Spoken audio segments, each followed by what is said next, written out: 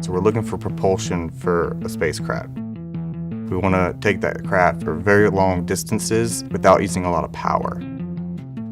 A solar sail can absorb all the different radiations and generate energy for that craft.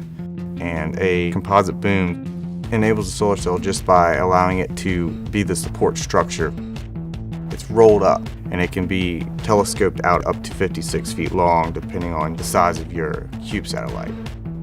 A solar sail would be kind of folded up like a Japanese fan, and as that telescopes out, it would allow all those radiation particles to catch and then be able to use that motion to move the spacecraft and just continue to gain speed as it travels.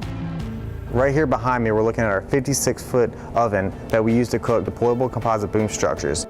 We want to be able to build a solar array with these because they can hold a little bit beefier or heavier array that can telescope out to provide energy for that spacecraft. NASA in general is interested in the composite booms because they got a lot more packing efficiency.